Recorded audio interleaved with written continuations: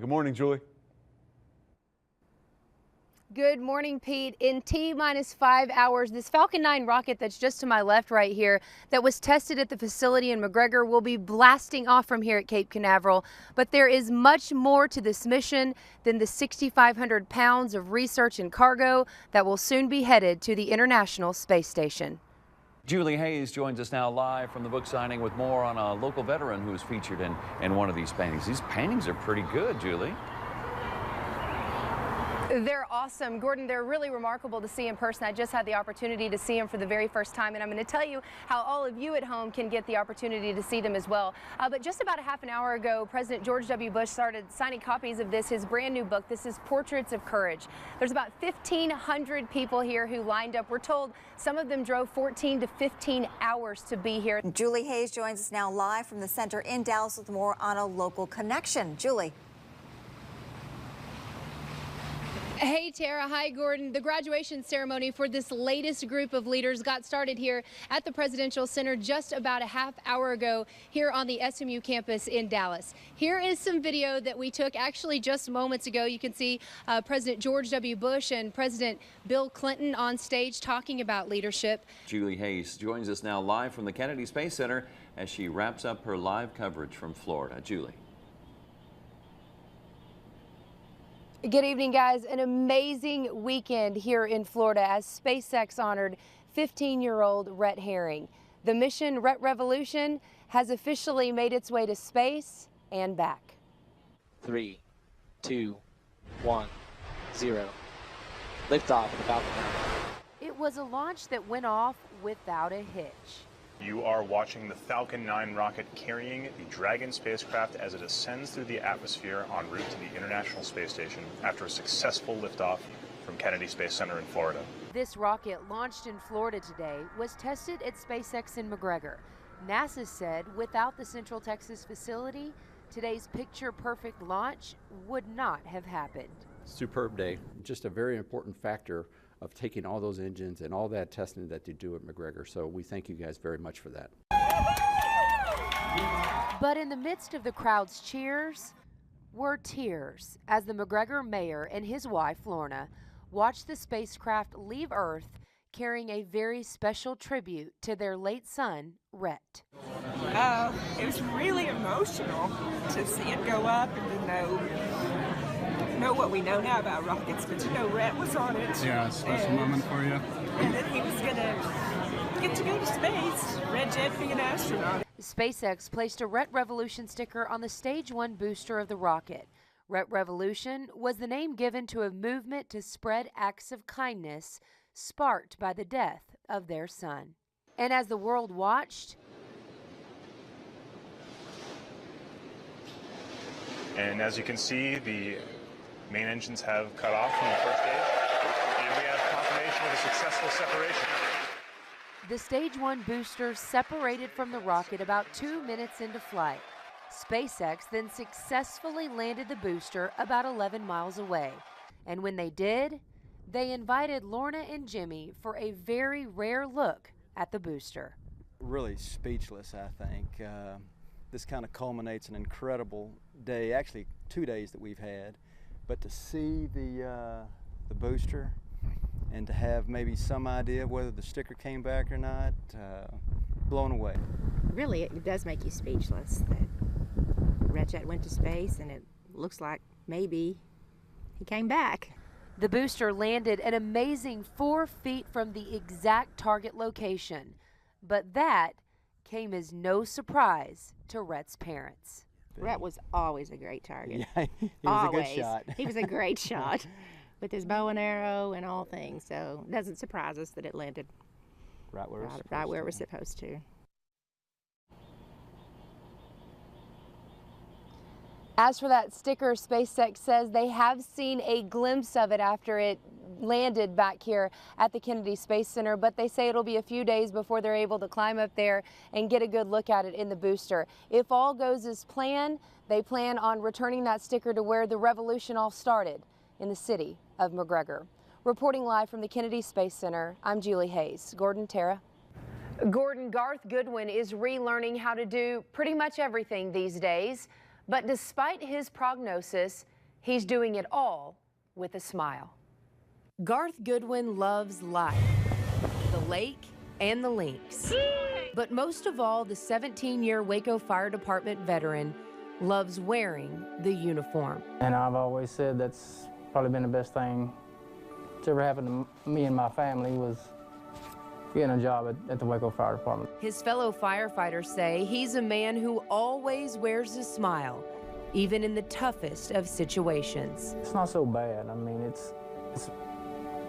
I'm still sitting upright, you know, still breathing. And in his 8th floor room at Zale Lipshe Hospital in Dallas, Garth hasn't lost that smile. All right. What do you remember about the accident? Everything.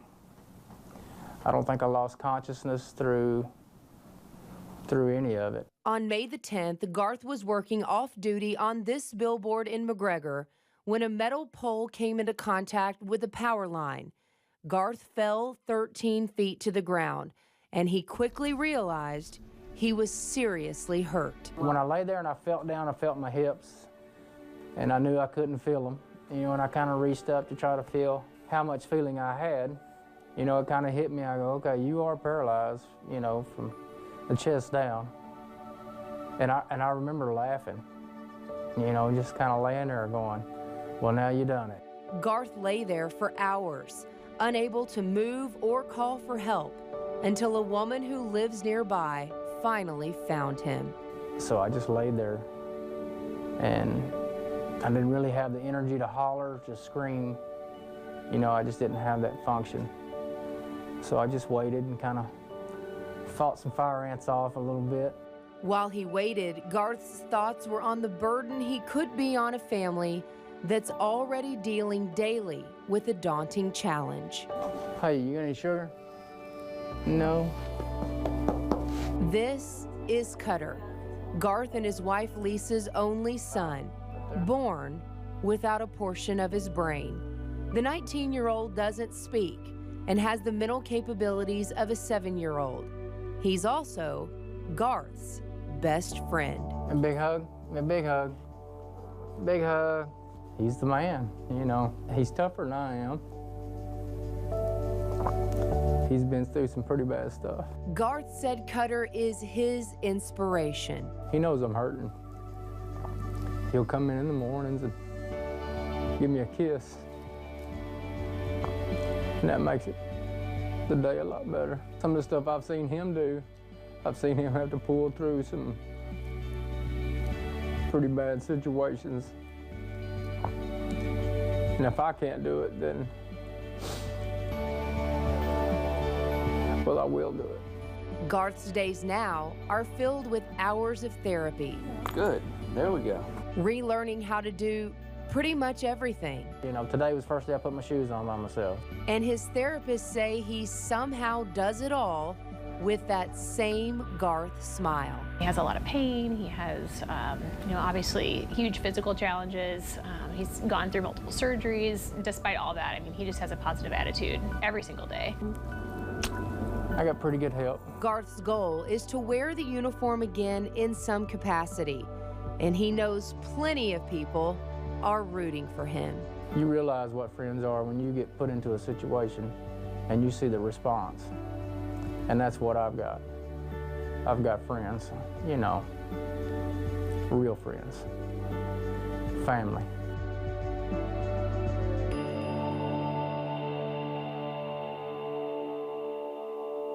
Garth is expected to be home from the hospital in the next few weeks. When he makes it home, his fire team wants to make sure that he has a wheelchair-accessible home. There's an effort underway right now by the department to build Garth Goodwin a brand new home. But it's been nearly a decade since George and Laura Bush lived in the White House. While in office, they spent a lot of time right here at their Crawford area ranch dubbed the Western White House. These days, they're enjoying a whole lot more R&R in Central Texas. I had the chance recently to exclusively talk with the former First Lady about life post-presidency. Isn't it pretty out here? Laura Bush spends many mornings walking on her 1,500-acre ranch outside of Crawford. The twins sat down for an exclusive interview with our Julie Hayes, who joins us now with more. Tara and Gordon, the sisters say life is great these days, not only because they have each other, but also a supportive family, even if sometimes they disagree. Jenna and Barbara Bush grew up playing in the White House when their grandfather was president. They turned 20 just weeks after their dad was elected to the highest office. And now, at 35, the former first daughters have something more to share. I think it's been good for us as sissies and a lot of fun to remember, have a reason to remember all these stories that we hadn't thought of. The twins have penned a new book called Sisters First, Stories from Our Wild and Wonderful Life. Yeah, well, I think that people think if you're the president's daughter, you're not normal, but people will stop us all the time and be like, oh my gosh, y'all are so normal. I love you on TV or whatever. And the reason why is that we grew up in Texas. Even though when our grandpa was in the White House, we were living in suburban Dallas, riding our bikes to Preston Hollow Elementary. So we had this, and our other grandparents are from Midland, Texas. So we had this juxtaposition of very normal and then extraordinary, obviously. Yeah. The sisters are stopping by today for a book signing at the Magnolia Silos in downtown Waco, where they took some time to visit with us, and almost nothing was off limits. Almost. And your mom's going to be on next season, I hear. Yes. She's going to be part of Fixer Upper. She is going to be on Fixer Upper. We can't say Yeah, it's a anything real more than secret. that. It's a cameo, a surprise cameo.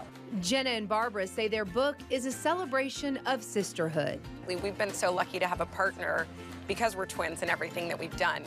And that's part of why we wrote the book, is we value our sisterhood so much. But we all have great friends. I mean, we have many friends that are like sisters. There's a lot of humor in the book as the two dish some surprising private stories. Well, our mom loves music, and growing up, we actually were scared she was going to leave our dad for Van Morrison because she loved Van Morrison so much. The book also addresses more serious topics, including issues on which the former first daughters and the former commander-in-chief don't see eye to eye.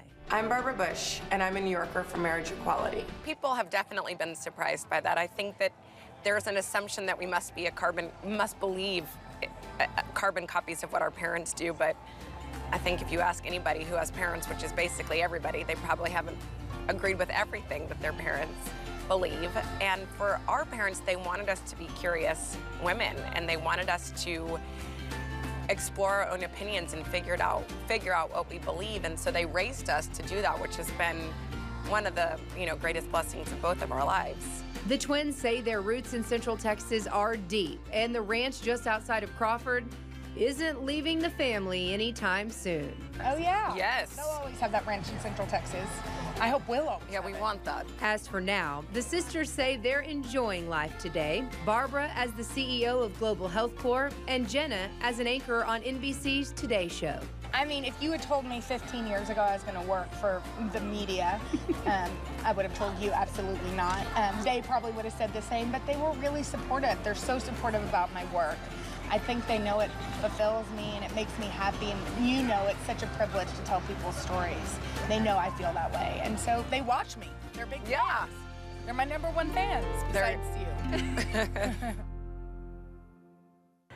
The sisters' first book tour continues tonight. That tour has already stopped at the Nixon Library, the Reagan Library, and of course the Bush Presidential Center in Dallas. It will wrap up on November the 18th at a book festival in Atlanta.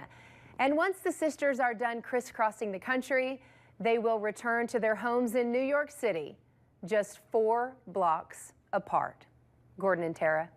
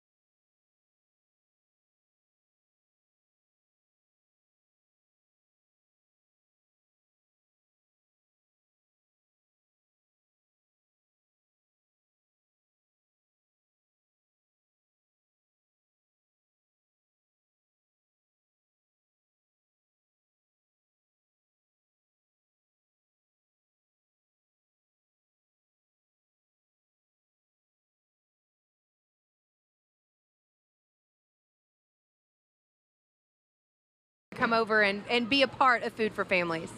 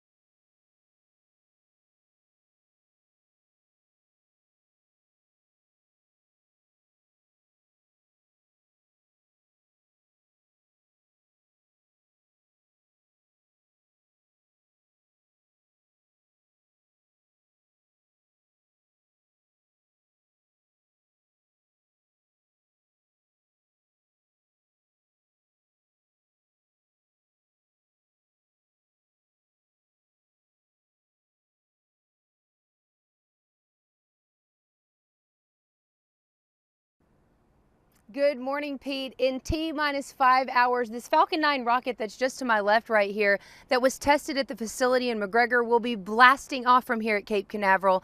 But there is much more to this mission than the 6,500 pounds of research and cargo that will soon be headed to the International Space Station.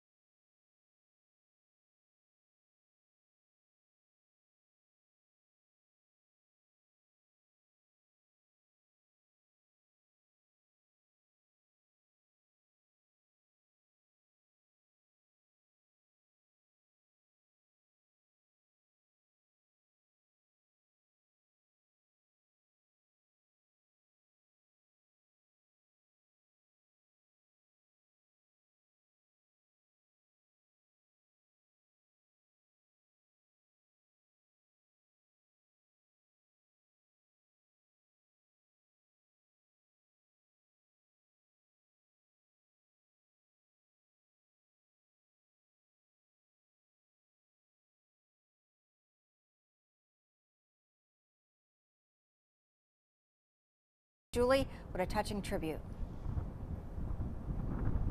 Absolutely, Taryn Gordon. A very emotional day here at the Kennedy Space Center, where at 11:31 your time, a Falcon 9